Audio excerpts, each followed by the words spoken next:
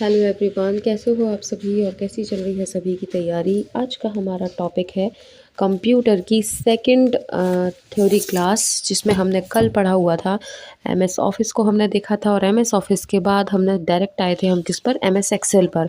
ठीक है, MS Excel को हम कर रहे थे, जिसमें हमने पूरी उसकी डिटेल देख ली थी। क्या रिवन में उसके टैब, मेन्यू, एक्सेल के फंक्शंस सारे हमने देख लिए थे, और कुछ उसके महत्वपूर्ण तत्व भी देखे थे लास्ट में, स्प्रेडशीट से संबंधित कुछ महत्वपूर्ण तत्व। ठीक है, और हम उसी में अब आगे बढ़ने वाले हैं एमएस एक्सेल में और क्या क्या होता है। अच्छा, एमएस एक्सेल ही जस्ट एक ऐसा इसमें है एप्लीकेशन जिसमें बहुत ज़्यादा डिटेल है, क्योंकि मोस्ट ऑफ द वर्क जो होते हैं एमएस एक्सेल पर किए जाते हैं। ऑफिस से संबंधी जो भी डेटा होता है, जो भी काम होते हैं एमएस एक्सेल में होते हैं, इसलिए इसका थोड़ा सा पार्ट ज़्यादा है। तो हम अब आज इसमें पढ़ने वाले हैं चार्ट्स के बारे में। ठीक है, चार्ट्स क्या होते हैं एमएस एक्सेल के अंदर, वो आज हम देखेंगे कि ऑफिस में किस तरीके से इसके इस्तेमाल से काम को किया जाता है। ठीक है, तो देखेंगे चार्ट्स क्या होते हैं। चार्ट एक तरह का टूल होता है। ठीक है, क्या होता है, चार्ट एक तरह का टूल होता है जिसका उपयोग आप एक्सेल में डेटा को ग्राफिक के रूप में प्रेजेंट करने के लिए कर सकते हैं। ठीक है, चार्ट क्या होता है, एक तरह का टूल होता है जिसका उपयोग आप एक्सेल में डेटा को ग्राफिक के रूप में प्रेजेंट करने के लिए कर सकते हैं। ग्राफिक के रूप में आप बदलते हैं, मतलब होता आपका डेटा है और आप एक ग्राफिक के रूप में आप इसको प्रेजेंट करते हो। ठीक है, चार्ट में आप डेटा को ग्राफिक के रूप में देख सकते हो, साथ ही आप इसके नंबर को देख सकते हैं और इसकी तुलना भी कर सकते हैं, जिससे ट्रेंड्स को दिखाना बहुत आसान बना देते हैं। चार्ट्स 6 प्रकार के होते हैं। क्वेश्चन ये भी आ सकता है, चार्ट्स कितने प्रकार के होते हैं, तो ये 6 प्रकार के होते हैं। ठीक है, सबसे पहले आता है आपका कॉलम चार्ट। कॉलम चार्ट ये दिख रहे हैं आप लोग, ये इस तरह का होता है, जो हमारे मैथ्स के क्वेश्चन में भी आता है। चार्ट्स जो हम पढ़ते हैं, है ना, इस कंपनी को इतना, इस कंपनी का इतना प्रॉफिट, इसका इतना प्रॉफिट, ये सब हम देखते हैं। तो ये किस में बनाए जाते हैं, स्प्रेडशीट में ही बनाए जाते हैं, एमएस एक्सेल में बनाए जाते हैं। ठीक है, इसको क्या बोलते हैं, कॉलम चार्ट बोला जाता है, इसको कॉलम चार्ट। ठीक है, पहला कौन सा हो गया आपका, कॉलम चार्ट। नेक्स्ट है फिर आपका बार चार्ट। बार चार्ट ये आड़ी रेखाओं के रूप में इसको दिखाया जाता है, ये भी एमएस एक्सेल में ही बनाया जाता है और इसको बार चार्ट बोलते हैं। ठीक है, पहला कौन सा हो गया आपका, कॉलम, दूसरा हो गया आपका बार, इसके बाद आता है आपका लाइन चार्ट। ये भी हम देखते हैं मैथ्स के क्वेश्चंस में बहुत ये रहते हैं। ये कंपनी की, एक कंपनी की प्रोग्रेस है, एक दूसरे कंपनी की प्रोग्रेस है, तो ये लाइन चार्ट होते हैं। पहला कॉलम, दूसरा आपका बार, तीसरा आपका लाइन। ठीक है, इसके बाद चौथा आता है आपका एरिया चार्ट। ये एरिया चार्ट होता है इस तरह से। ठीक है, एरिया चार्ट के बाद आएगा फिर आपका पाई चार्ट। ये हम लोग बहुत देखते हैं, पाई चार्ट के सवाल हमारे मैथ्स में बहुत सारे पूछे जाते हैं, तो ये पाई चार्ट भी इसी में बनाया जाता है। ठीक है, तो हमने देख लिया अभी आपके कितने हो गए हैं, 1 2, आपका तीसरा, चौथा और ये पांचवा, 5 हो चुके हैं। और छठवा हमारा ये रहा, यहाँ पर नेक्स्ट पेज में जाना पड़ेगा इसके लिए हमें। 6 है आपका एक्स वाई या सर्कुलेटर चार्ट। कौन सा, एक्स वाई या सर्कुलेटर चार्ट। ठीक है, और ये कुछ इस तरीके का होता है, इसके भी इस तरह के भी क्वेश्चंस आते हैं। तो मतलब ये जितने भी हमारे क्वेश्चन तैयार किए जाते हैं, ये किस में किए जाते हैं, एमएस एक्सेल में तैयार किए जाते हैं। अब हम देखेंगे नोट करने वाली कुछ बातें, कि एक्टिव सेल क्या होती है। तो एक्टिव सेल वह सेल है जिसमें आप काम कर रहे हो। क्या है, एक्टिव सेल वह सेल है जिसमें आप काम कर रहे हो। इसके बाद एमएस एक्सेल का फाइल फॉर्मेट डॉट XLS होता है। क्या होता है, डॉट XLS होता है। एमएस एक्सेल का फाइल फॉर्मेट डॉट XLS होता है। ठीक है, इसके बाद डॉलर के चिन्ह के द्वारा, डॉलर का जो चिन्ह है, इसके द्वारा किसी सेल की लोकेशन को एक फिक्स्ड पोजीशन पर लॉक कर देते हैं। किसी भी सेल, कोई भी सेल है, कहीं भी लोकेटेड है, उसको आप फिक्स्ड पोजीशन में कर सकते हो, वहाँ से हटेगा नहीं। तो ये किसके द्वारा होता है, डॉलर के चिन्ह के द्वारा। ठीक है, इसके बाद देखेंगे स्टैक्ड बार कॉलम क्या होता है, किसी अद्वितीय वस्तु का सभी वस्तुओं से संबंध को बताता है। कोई भी अद्वितीय वस्तु है, ठीक है, उसका सभी वस्तुओं से संबंध स्टैक्ड बार कॉलम बताता है। स्कैटर मानों के युग्मों की तुलना करता है। वैल्यूज़ के स्कैटर क्या होता है, मानों वैल्यूज़ के युग्मों की तुलना करता है। तो ये चीज़ें थोड़ी सी आपको याद करनी पड़ेगी, है ना। इसके बाद एम्बेडेड चार्ट क्या होता है। एम्बेडेड चार्ट एक प्रकार का चार्ट होता है जो पहले से बनी हुई शीट पर खींचा जाता है। जो ऑलरेडी बनी हुई शीट्स हैं उन पर खींचकर बनाया जाता है, ठीक है, एम्बेडेड चार्ट। तो ये हमारा एक्सेल जो है यहाँ पे ख़त्म हो जाता है, ठीक है। MS एक्सेल में इतना ही था। और जिससे हमारी पिछली मुझे अभी भी जुकाम है एक्चुअली, सर्दी अच्छी होने का नाम ही नहीं ले रही है। तो देखो, जिसने MS एक्सेल जो है पिछली बार नहीं देखा है, मतलब पहली क्लास नहीं देखी है, तो वो एक बार पहली क्लास देख ले। फर्स्ट क्लास में क्या है, आपको थोड़ा सा क्लियर हो जाएगा, इंट्रोडक्शन आपको मिल जाएगा उसमें, तो आपको बेहतर रहेगा, ठीक है। और अब हम पढ़ेंगे अगला हमारा माइक्रोसॉफ्ट पावर पॉइंट, इसको पढ़ने वाले हैं, ठीक है। नेक्स्ट पेज पर हम चलते हैं, इसको पढ़ते हैं फिर। तो माइक्रोसॉफ्ट पावर पॉइंट क्या है। माइक्रोसॉफ्ट पावर पॉइंट एक प्रेजेंटेशन प्रोग्रामिंग सॉफ्टवेयर है, ठीक है। क्या है, माइक्रोसॉफ्ट पावर पॉइंट एक प्रेजेंटेशन प्रोग्रामिंग सॉफ्टवेयर है जिसे माइक्रोसॉफ्ट कॉरपोरेशन ऑफ अमेरिका ने विकसित किया था। किसने विकसित किया था।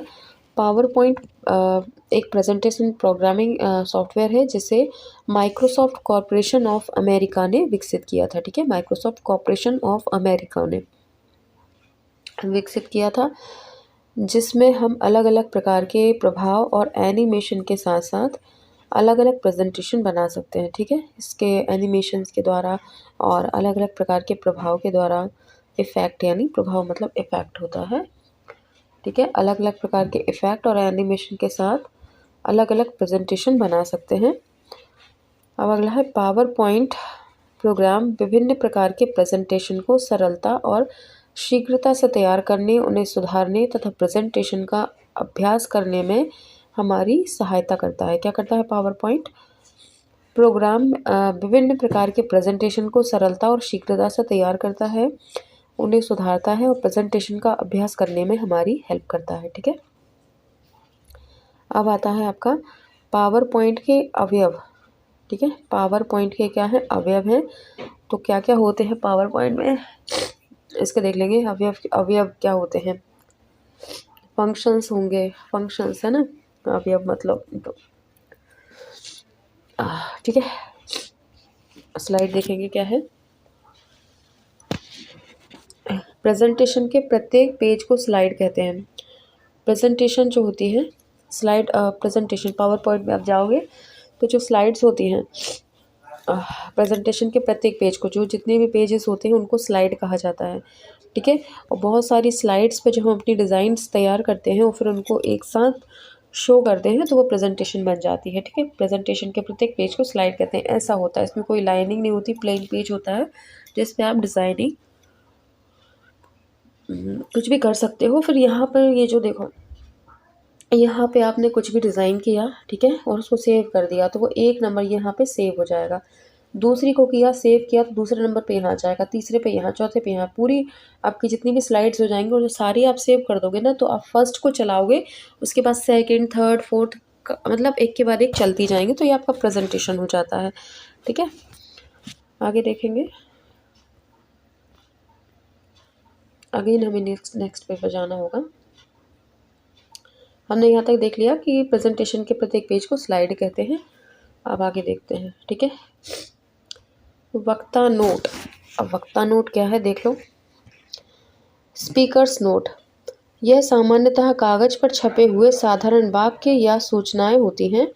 क्या होती हैं, यह सामान्यतः कागज पर छपे हुए साधारण वाक्य या सूचनाएं होती हैं। प्रेजेंटेशन के समय यह बातें स्लाइड पर दिखाई नहीं देती हैं, ठीक है। प्रेजेंटेशन के समय यह बातें दिखाई नहीं देती हैं, जैसे यहाँ पे ये कुछ जो प्लेन पेज नहीं रहता, यहाँ पे कुछ ना कुछ ऐसा रहता है।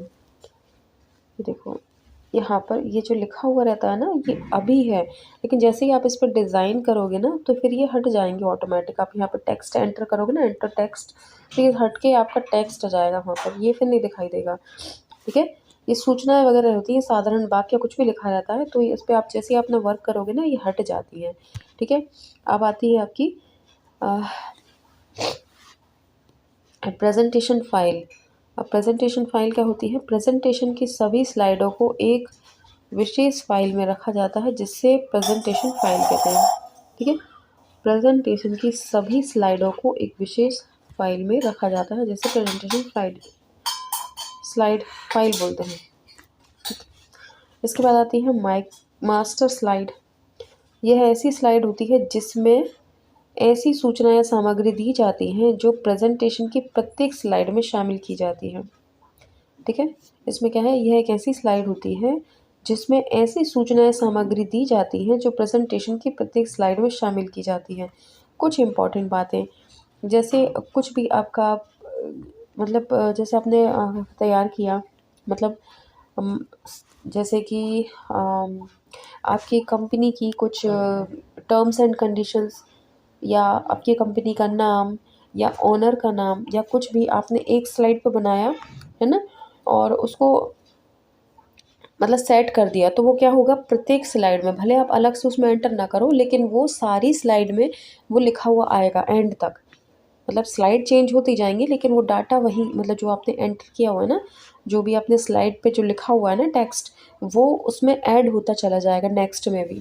तो ये क्या हो जाता है आपका मास्टर स्लाइड, ठीक है। इसके बाद पावर पॉइंट की विशेषताएं देखते हैं।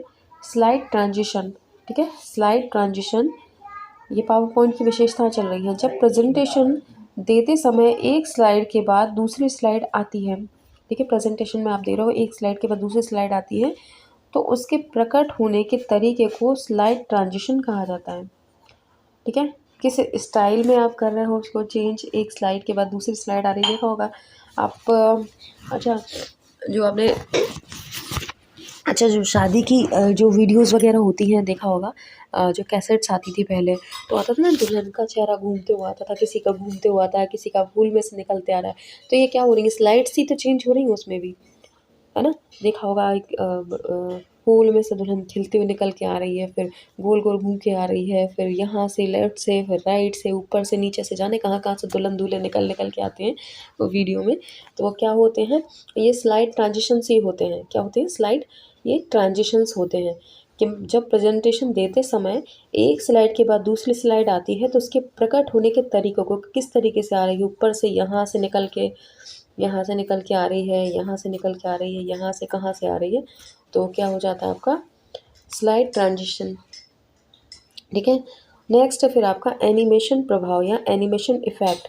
किसी स्लाइड के विभिन्न तत्वों को, देखो, किसी स्लाइड के विभिन्न तत्वों को उस स्लाइड पर प्रकट होना या कोई ध्वनि करना एनिमेशन प्रभाव कहलाता है, ठीक है। किसी स्लाइड के विभिन्न तत्वों को स्लाइड पर प्रकट करना है, उसमें कुछ और एडिट करना, ठीक है, या फिर उसमें कोई साउंड जैसे आएगा तो कुछ अलग से साउंड आएगा होते टाइम, आते टाइम, मतलब आ तो रही है स्लाइड, मतलब जो भी आपका है फोटो या जो भी है वो आ रही है वहाँ से, ठीक है, लेकिन उसमें एनिमेशन इफेक्ट और आपने डाल दिया तो कुछ अलग डिफरेंट तरीके से, और थोड़ा सा उसमें उसका थोड़ा सा क्या बोलते हैं, मेकअप और हो जाएगा उसका, थोड़ा सा साउंड उसमें कुछ आप ऐड कर सकते हो, तो इफेक्ट कहलाएंगे उसके, एनिमेशन इफेक्ट, ठीक है। अब देखेंगे आपका स्लाइड टाइटल क्या होता है। किसी स्लाइड का एक अपना नाम होता है जिसे स्लाइड टाइटल बोला जाता है, किसी एक स्लाइड का, ठीक है, किसी भी स्लाइड का एक नाम होता है जिसे स्लाइड टाइटल कहा जाता है। अब आएगा नोटिस पेजेस। यह व्यू मेन्यू में उपलब्ध होता है, व्यू मेन्यू में पाया जाएगा ये। इसका प्रयोग किसी प्रस्तुतकर्ता के लिए स्पीकर को नोट के डालने और उसे संपादित करने के लिए होता है, ठीक है। इसमें क्या होगा? व्यू मेन्यू में उपस्थित होता है पहली चीज़ नोटिस पेजेस। इसका प्रयोग किसी प्रस्तुतकर्ता के लिए स्पीकर पर नोट के डालने और उसे संपादित करने के लिए होता है। कोई भी नोट डालने और उसे संपादित करने के लिए होता है, इसे नोट्स पेजेस कहा जाता है, ठीक है। इसके बाद आएगा आपका स्लाइड पैन। कार्य क्षेत्र जिसमें स्लाइड में सब कुछ लिखा जाता है, एक कार्य क्षेत्र जिसमें स्लाइड में सब कुछ लिखा जाता है और उसे आवश्यकता अनुसार संपादित किया जाता है वह स्लाइड पेन कहलाता है। क्या कहलाता है? स्लाइड पेन कहलाता है। एक कार्य क्षेत्र जिसमें स्लाइड में सब कुछ लिखा जाता है और उसे आवश्यकता अनुसार संपादित किया जाता है वह स्लाइड पेन कहलाता है। ठीक है, आगे देखेंगे। ये पेज भी गया, नेक्स्ट देखेंगे। खत्म हो गया क्या? ये आ गया आपका। अब आएगा आपका power point views. Power point views क्या होता है? देखो, पावर पॉइंट में स्लाइडों में सूचनाएं भरने, संपादित करने तथा उन्हें देखने की कई विधियां होती हैं जिन्हें व्यू कहा जाता है। ठीक है, पावर पॉइंट में स्लाइडों में सूचनाएं भरने, संपादित करने और उन्हें देखने के लिए कई विधियां होती हैं जिन्हें व्यू कहा जाता है। ठीक है, अलग अलग तरीके से देखा जाता है या सूचनाएं उनमें भरते हैं या संपादित करते हैं तो उन्हें पावर पॉइंट ठीक है कहा जाता है, पावर पॉइंट व्यूज़ कहा जाता है। ओके, आगे है सामान्य व्यू। अब सामान्य व्यू क्या है? इस व्यू में पॉइंट की स्लाइडों पर लगभग सभी क्रियाएं कर सकते हैं। इस व्यू में पॉइंट की स्लाइडों पर लगभग सभी क्रियाएं कर सकते हैं। अब आता है slide shorter view not shorter. इस व्यू में प्रेजेंटेशन की सभी स्लाइडों को एक साथ छोटे रूप में देख सकते हो। ये भी देखा होगा आपने, है ना? जितनी भी आपकी स्लाइड हैं वो एक ही जगह पर आप उन्हें देख सकते हो। टीवी में भी आप लोगों ने देखा होगा कि सारी स्लाइड्स ये इतनी भर जाती हैं, एक फ़ोटो यहाँ यहाँ यहाँ सबको एक साथ आप देख सकते हो, तो वो क्या कहलाएगा आपका? Slide sorter view. ठीक है, अब आएगा स्लाइड शो व्यू। इस व्यू में पावर पॉइंट के अन्य सभी तत्वों को गायब करके एक बार में केवल एक ही स्लाइड को पूरी स्क्रीन पर दिखाया जाता है। ठीक है, स्लाइड शो व्यू, एक ही स्लाइड को आपको दिखाया जाता है पूरी स्क्रीन पर लाकर, इसको भी क्या बोलते हैं? Slide show view. ठीक है, अब हम आगे देखेंगे। कुछ नोट करने वाली बातें हैं कि एमएस पावर पॉइंट में प्रेजेंटेशन फाइल फॉर्मेट क्या होता है? पीपीटी के रूप में या पीपीटीएक्स के रूप में ना, बोलते हैं ना पीपीटी चाहिए या जो भी है, तो पीपीटी क्या होता है? एमएस पावर पॉइंट में प्रेजेंटेशन फाइल फॉर्मेट होता है, ये पीपीटी के रूप में होता है या पीपीटीएक्स के रूप में होता है। ठीक है, एमएस पावर पॉइंट को अधिकतम 400% तक जूम किया जा सकता है। 100% से आगे आप 400% तक इसको क्या कर सकते हो? जूम कर सकते हो। एमएस पावर पॉइंट में हम विभिन्न प्रकार के साउंड जोड़ सकते हैं जिसका फॉर्मेट GIF, BMP, .png या .wav होता है। इतने तरह के आप साउंड जोड़ सकते हो इस फॉर्मेट में। ये 4 फॉर्मेट दिए हुए हैं, .gif या .bmp, .png या .bav। इस तरीके से आप साउंड उसमें ऐड कर सकते हैं। ठीक है, नेक्स्ट देखेंगे। अब होम स्लाइड्स क्या है? न्यू स्लाइड के लिए क्या होगा? Ctrl+M, जिसमें अगर आप कोई नई स्लाइड को ऐड करना चाहते हो तो क्या करना पड़ेगा? कौन सी शॉर्टकट आप ले सकते हो? शॉर्टकट की आपका आ जाएगा Ctrl+M। इसको आप जैसे ही Ctrl+M करते हैं तो क्या होगा? नई स्लाइड ऐड हो जाएगी, उसमें अलग से आपको ऑप्शन में जाने की ज़रूरत नहीं पड़ेगी। इसके बाद आता है रीसेट, स्लाइड को सेट करना, फॉर्मेटिंग तथा कलर करना। ठीक है, रीसेट से स्लाइड को सेट करना आ जाएगा आपका। इसके बाद स्लाइड लेआउट। स्लाइड लेआउट का मतलब क्या होता है? लेआउट बदलना। बाय डिफ़ॉल्ट लैंडस्केप होता है। ठीक है, बाय डिफ़ॉल्ट कौन सा आपका लेआउट होता है? लैंडस्केप होता है। बाकी आप स्लाइड लेआउट में जाकर लेआउट चेंज कर सकते हैं। इसके बाद आपका डिलीट, सिलेक्ट स्लाइड को डिलीट करने के लिए डिलीट का चयन किया जाता है। ठीक है, अब आएगा अरेंज। ड्राइंग में अरेंज, स्लाइड में इंसर्ट किए गए ऑब्जेक्ट की पोजीशन में चेंज।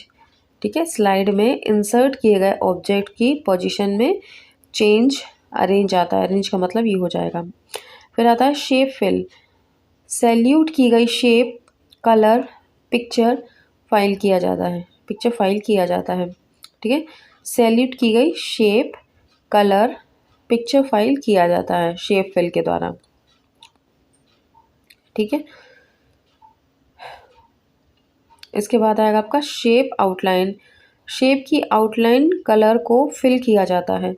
ठीक है, तो इसमें ये आपके कुछ थे ड्राइंग से रिलेटेड कि आप स्प्रेड वो पावर पॉइंट में जो ड्राइंग के लिए क्या क्या रहेगा। इसमें अरेंज हो जाएगा, इंसर्ट किए गए ऑब्जेक्ट की पोजीशन चेंज करना है, शेप फिल में सैल्यूट की गई शेप कलर और पिक्चर फाइल किया जाता है, और शेप आउटलाइन में आउटलाइन कलर को फिल किया जाता है। ठीक है, ये आ गए आपके इतने ऑप्शन। अब देखेंगे आगे क्या है।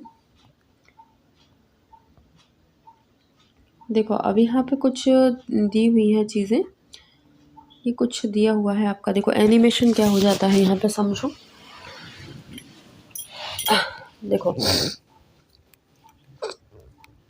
इंसर्ट में क्या आ जाएगा, different image and media file को अटैच किया जाता है। ठीक है, कोई डिफरेंट इमेज है, अलग इमेज को और मीडिया फाइल को अटैच किया जाता है इंसर्ट के द्वारा। ठीक है, आपका जो स्लाइड है वो तैयार है। ठीक है, और आपको इसमें कोई मीडिया फाइल अटैच करना है, इमेज अटैच करना है, तो फिर आप इंसर्ट का यूज़ करेंगे। इसके बाद आएगा आपका एनिमेशन। स्लाइड में ऑडियो तथा इफ़ेक्ट सेट कर सकते हैं एनिमेशन के द्वारा। इसके बाद आएगा आपका ट्रांजिशंस। हम एनिमेशन में स्लाइड पर ट्रांजिशन भी सेट कर सकते हैं, जिसमें ट्रांजिशन साउंड तथा स्पीड माउस क्लिक या टाइम के अनुसार सेट कर सकते हैं। ठीक है, अब आएगा स्लाइड शो। ये ऐसी सूचना है जो वक्ता को प्रस्तुतिकरण के समय कुछ बातें याद दिलाने के लिए दी जाती हैं। ठीक है, ऐसी सूचना होती है जो वक्ता को प्रस्तुतिकरण के समय कुछ बातें याद दिलाने के लिए दी जाती हैं, स्लाइड शो। ठीक है, अगला है आपका स्पीकर्स नोट। ये ऐसी सूचना है जो वक्ता को प्रस्तुतिकरण के समय कुछ बातें याद दिलाने के लिए दी जाती हैं। ठीक है, तो ये भी वही है स्पीकर्स नोट्स उसमें कुछ मेंशन कर सकते हैं कि आपको ये बोलना है, तो ये उसको याद दिलाएंगे कि आपको क्या बोलना है। इसके बाद हैंड आउट्स, ये कुछ ऐसे पेज होते हैं जो श्रोताओं में बांटे जाते हैं। ठीक है, इन पर प्रस्तुतिकरण की सभी चुनी हुई गई स्लाइड डाली जाती हैं। ठीक है, जो श्रोताओं में बांटे जाते हैं वे अपने लैपटॉप में, जैसे प्रेजेंटेशन आपकी चल रही है, आपके उसमें प्रोजेक्टर में आपकी स्लाइड्स चल रही हैं, और आपके जो आपके श्रोतागण हैं जिनके पास अगर लैपटॉप है तो वो क्या है, सिलेक्टेड फाइल्स, जो चुनी गई फाइल्स हैं वो उसमें डाली जा सकती हैं, और क्या होता है कि वो वहाँ से उसको ईजिली समझ सकते हैं। तो क्या आ जाएगा, आपका हैंड आउट आ जाएगा। इसके बाद मास्टर स्लाइड, यह ऐसी स्लाइड होती है जिस पर पूरी सूचना या सामग्री डाली जाती है जो प्रस्तुतिकरण की प्रत्येक स्लाइड में शामिल होती है। मैंने अभी आपको बताया था कुछ इंपॉर्टेंट चीज़ें, कंपनी का नाम या ओनर का नाम या कुछ ऐसी इंपॉर्टेंट बातें जो सारी स्लाइड में होनी ज़रूरी है, तो इस एक स्लाइड के थ्रू वो सारी फाइल्स में ऑटोमेटिक होती रहती हैं, जाती रहती हैं। अलग से आपको एडिट नहीं करना एक एक फाइल में, एक एक स्लाइड में। ठीक है, एक में कर दिया, वो सारी सभी फाइल्स में होता जाएगा, सारी स्लाइड्स में होता जाएगा। अब कुछ देखेंगे हम कि views in power point. Views in power point क्या है, slide sorter view.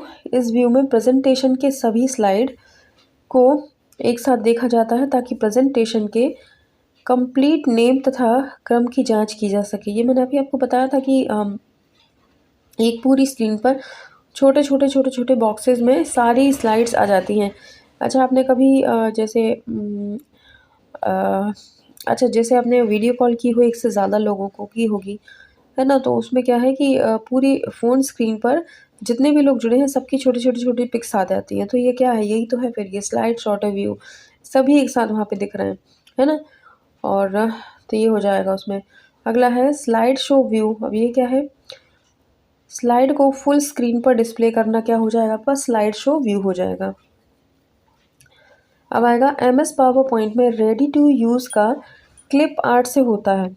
Ready to use का क्लिप आर्ट से होता है पावर पॉइंट में। अब आएगा MS पावर पॉइंट में फर्स्ट स्लाइड पर जाने के लिए कंट्रोल+ होम की का यूज़ किया जाता है। आप स्लाइड शो करते करते बहुत आगे आ गए, अब आपको जाना है अपनी शुरुआत वाली स्लाइड पर, तो क्या करेंगे, कंट्रोल+ होम पर करेंगे तो फर्स्ट वाली स्लाइड पर आप पहुंच जाओगे। ठीक है, नेक्स्ट है पावर पॉइंट चलाने के लिए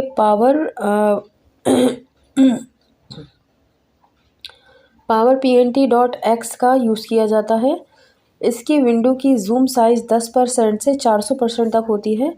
इसका डिफ़ॉल्ट जूम साइज़ होता है 69%। ठीक है, 100% ना होकर कितना होता है, जूम साइज 69% होता है। ठीक है, अब यही कहीं आप MS एक्सेस और देख लीजिए MS एक्सेस क्या होता है। तो MS एक्सेस एक RBDMS, ठीक है, रिलेशनल डेटाबेस मैनेजमेंट सिस्टम है।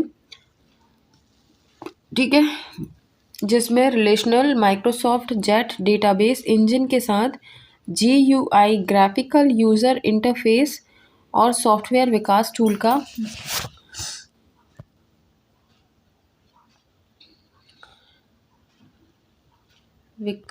का क्या है, संयोजन है। अभी इसको समझ लीजिए कि RBDMS के 4 बुनियादी तत्व हैं, वो कौन कौन से हैं।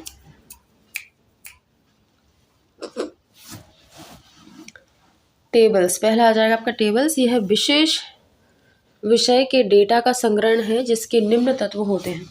ठीक है, पहला है आपका टेबल्स, और टेबल्स में इतने कॉलम्स आते हैं, वो देख लो क्या क्या आते हैं आपके। आपका कॉलम आएगा, हर कॉलम्स की फील्ड को प्रस्तुत करता है। एक फील्ड का अर्थ है निश्चित श्रेणी या कोटि के डेटा स्टोर। ठीक है, इसके बाद रोज आएंगी। एक रो में आने वाली किसी कैटेगरी की सभी मदें डेटाबेस का एक रिकॉर्ड बनाती हैं। ये ऐसी रहती है ना कॉलम्स आपके, ये जो ऐसे में है, ठीक है, यहाँ 1 2 3 ये सारे क्या हैं आपके कॉलम्स हैं, और नीचे जाएंगे तो ये आपकी रोज आ जाएंगी। ठीक है, तो ये रहेंगे आपके रोम और कॉलम्स। ठीक है, इसके बाद डोमेन क्या होता है, किसी भी फील्ड में जो अधिकतम और न्यूनतम मान होते हैं उसे उस फील्ड का डोमेन कहा जाता है। अब आएगा प्राइमरी की या प्राथमिक कुंजी। यह खास तरह की फील्ड होती है जो हर रिकॉर्ड्स को अलग पहचान देती है। ठीक है, प्राथमिक कुंजी क्या देती है, हर तरह की फील्ड को एक विशेष नाम देती है जो उसकी पहचान होती है। इसके बाद रिलेशनशिप संबंध का अर्थ क्या है, एक या एक से अधिक डेटाबेसों को आपस में जोड़ना रिलेशनशिप रहेगा।